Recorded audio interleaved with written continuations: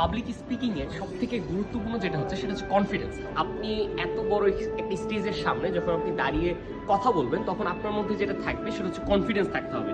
আর সব থেকে যেটা গুরুত্বপূর্ণ মধ্যে আরেকটা সেটা হচ্ছে হ্যান্ড জেস্টার্স, অর্থাৎ আপনাকে অঙ্গভঙ্গি অর্থাৎ হাতের মাধ্যমে আপনাকে পুঙ্খানুপুঙ্খভাবে জিনিসগুলোকে বুঝাই ফেলতে হবে।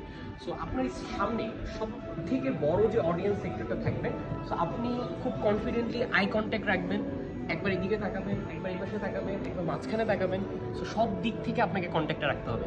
আর এরকম স্পিকারগুলো যখন আপনি খুব কাছে রাখলে হয় কি, মানে খুব বেশি সাউন্ড হয়। সো ডিস্টেন্সটা আগে চেক করে নেবেন। আর অনেক সময় আমরা উঠে হচ্ছে এটা ফু দেওয়ার ট্রাই করি, কিন্তু না, এটা করবেন না। সব থেকে কাজের যেটা বিষয়, আমি যদি এটা অন করি এবং এটা হচ্ছে যে ট্যাপ করতে হবে, এবং এটা করার পরেই কিন্তু আপনি স্পিকিংটা দিতে পারবেন।